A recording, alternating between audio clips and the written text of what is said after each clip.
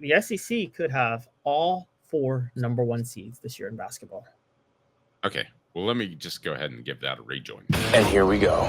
This was a huge waste of time, like bringing a married guy to Vegas. Then there's this guy, the Dave Hooker Show with Caleb Calhoun.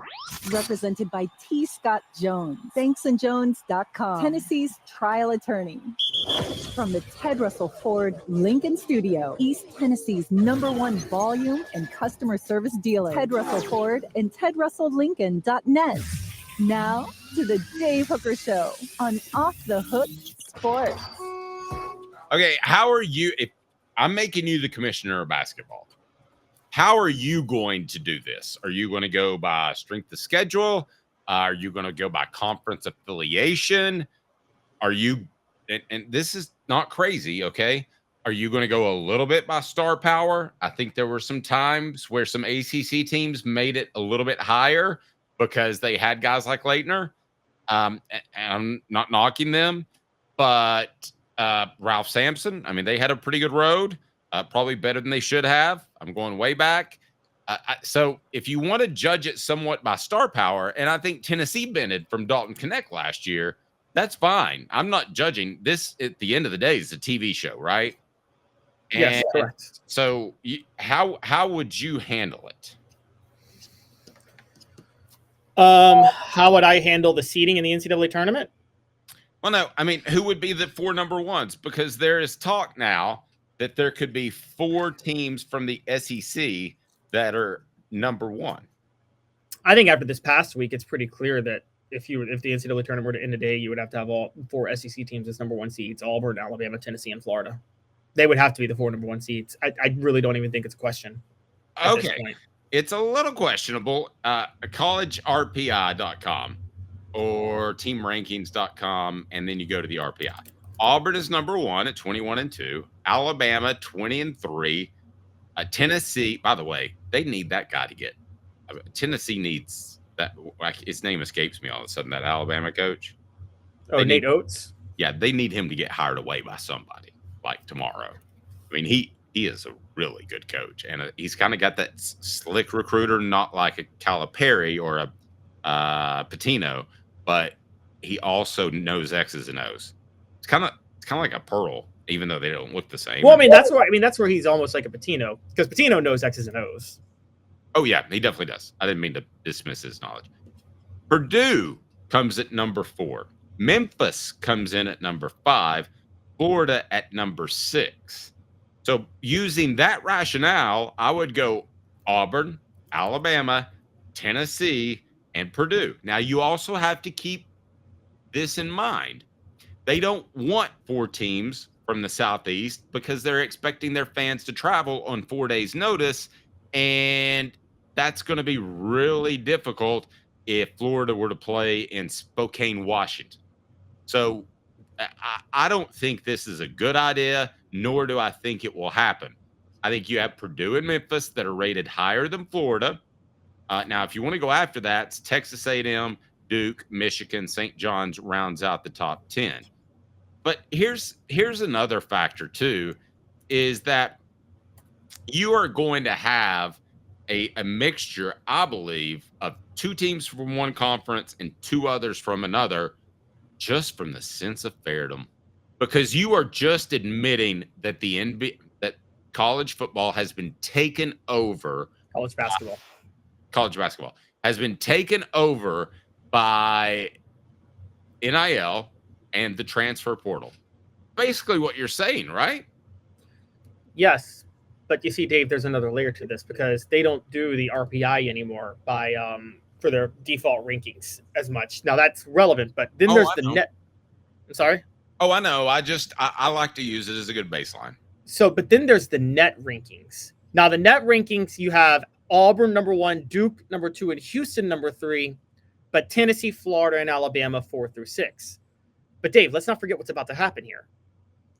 Tennessee still has to play Alabama. Auburn and Alabama still have to play each other twice. Florida and Alabama still have to play each other. Do you realize that? And then Texas A&M's down there, and I think Tennessee still has to play Texas A&M. Do you realize how much of a gap is about to come in the schedule strength of those 4 SEC schools versus the rest of college basketball? And just 2 or 3 of those wins is going to propel them all to the top 4 of the net rankings if the season goes as it's projected. And when you take that into account, I get your point.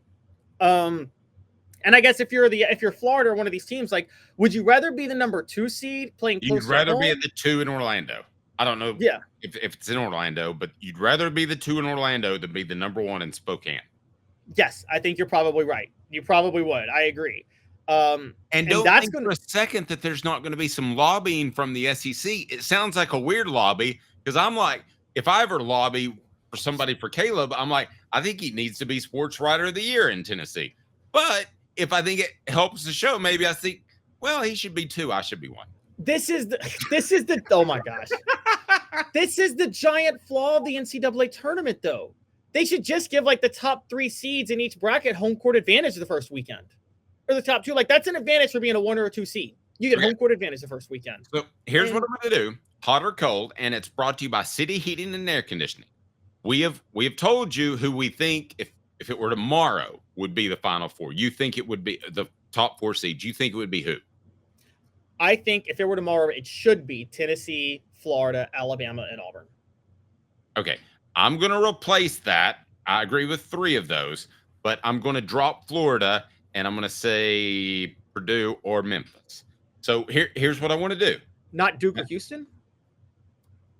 See, I think Duke or Houston is more likely to get a number 1 seed before Purdue and Memphis. Okay, well, we're going to get to all of them. But here's what I want to do. Hot or cold, not where they'll be tomorrow if there was a selection committee, but where they'll end up based off schedule. Hot or cold, brought to you by City Heating and Air Conditioning. Hi, Mike Davis here with City Heating and Air, reminding you to always dare to compare. Our team provides quality local heating and air service, installation, and maintenance across East Tennessee. We use only the best equipment like American Standard heating and air conditioning for your residential, new construction, or commercial needs. Honesty, dependability, and customer satisfaction have been the cornerstones of our business since 1961. City Heat and Air. All right, you ready? So number 1 is going to be Auburn. Not whether they should be in tomorrow, but whether or not they'll be a number 1 seed in March. Hot or cold? Oh, they'll be a number 1 seed in March. I'm hot on that. Hot. That's easy. Alabama, hot or cold? Cold. Alabama's got 2 more losses on their schedule, and even though that should still get them a number 1 seed, the NCAA tournament selection committee is not going to give it to them. Yep, and I don't think they like Nate Oates a lot either. Because you're right. There's going to be some politicking that keeps Alabama out of it. Yeah, I don't think they like the way he handled, I don't know, the whole shooting thing. Tennessee, hot or cold? Okay, Tennessee has left on their schedule. They still have to play at Kentucky, at Alabama at home, and at Ole Miss and at Texas A&M. I'm going to go hot. I'm going to go hot because even if they split, I think they're beating Alabama at home. That's a huge win. And if they just get 1 win between Ole Miss, Kentucky, and Texas A&M on the road and lose the other 2, that'll be the best 6-loss team in college basketball history in terms of a resume. I'm going to go cold because I think the NCAA committee, and I've been around when Tennessee's gotten a 2 and they should have gotten a 1. I was around the Jay Green days when they should have gotten a 2 and they got a 4. I think they look at Tennessee and they're like the little redheaded stepchild, and both my parents are remarried and I have red hair, so I can say that. But I think that they look at Tennessee and they're like, oh, they'll be happy with whatever. Just give them a bag of coal for Christmas. They'll be okay. Purdue. Oh, cold. They're not going to be a 1 seed. On hot. Hot. All right. Memphis. No, Memphis has a big gap between their RPI and their net. They're like 5 in the RPI, but 45 in the net. So Memphis will be lucky to be a top 8 seed, honestly, given what the selection committee does now. So they're sure as hell not going to be a 1 seed. Okay, I go cold. Florida. All right. Well, I am cold on Florida because I already talked about Auburn and Tennessee, and I think only 2 SEC teams will get 1 seeds, even though 4 should. So I'm going to be cold on Florida because I think Florida still has to face Alabama, and they have to visit Alabama. So, you know what? No, I'm retracting. Florida, I'm hot on. They visit Mississippi State, and Alabama, but they host Texas A&M and Ole Miss. they split those four. They're one seed. I'm hot on Florida.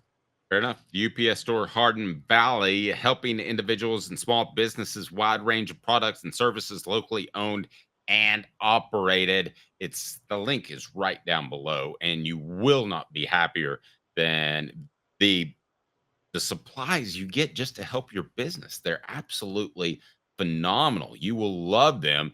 Again, that's our fantastic friends at the UPS store Hardin Valley. Again, helping individuals and small businesses, wide range of products and services, locally owned and operated. So coming up on the program, Wait, we're still. Oh, yeah. What? We still got to go through this. What about Duke, Houston? Well, I've only got 3 1 seeds. Oh, okay. Duke. I'm hot, and they don't deserve to be. Hot, and I think they deserve to be either. Houston. Cold. They'll be a 2 seed.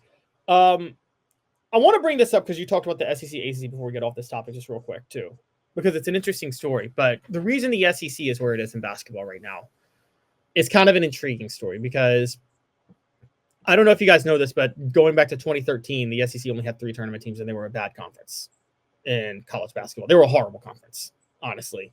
And Dave, I don't know if you know what happened that year, but the SEC network launched a year later.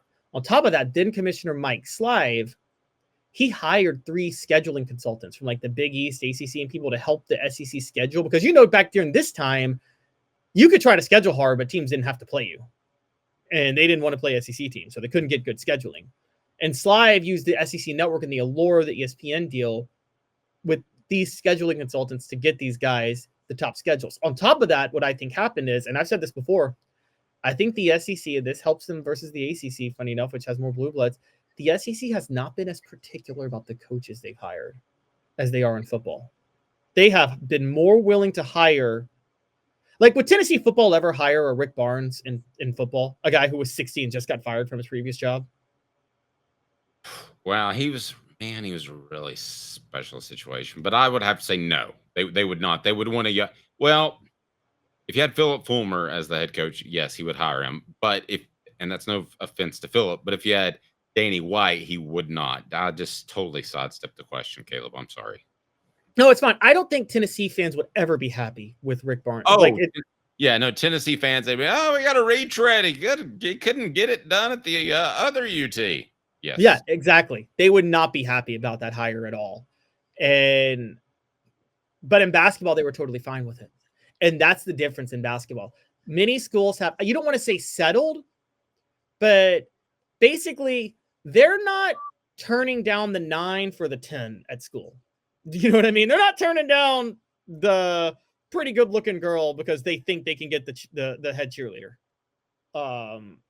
And I think that's worked out well for the SEC because of that, honestly, in basketball. Yep, I would agree with that. No argument there.